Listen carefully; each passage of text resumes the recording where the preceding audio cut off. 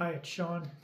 I cut my rear axle to do the rear steer, and then I was trying to figure out how am I going to seal up the axle tubes, because the outer seals on a rear axle are on the outside, and I chopped the tubes and those have been cut off.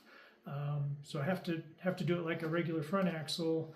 The axle seals go in on the inside, close to where the housing is for the gears. So I started looking around and I found some really nice axle seals made by Seals It. So I'm going to unbox them and show you guys these seals. I think they are going to work really well. They're made really well and durable. Okay, so I'm going to open these up and show you what they look like. So there's a few good things about them. I guess the first thing is it's triple sealed here. So they're about 2 inches wide, and they've got 3 O-rings on the outer part. So you slide them in, they fit pretty tight when they go in.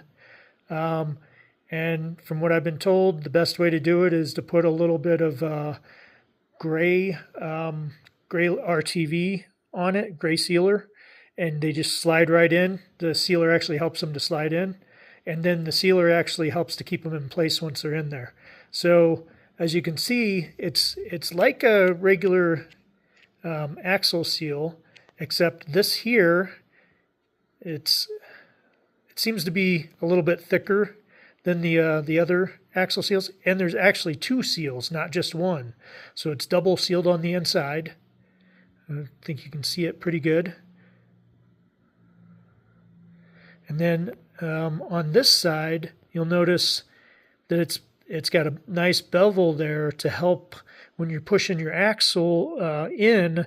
It hits this, and then it gets it lined up, so it's not dragging the spline right over the edge of your seal there.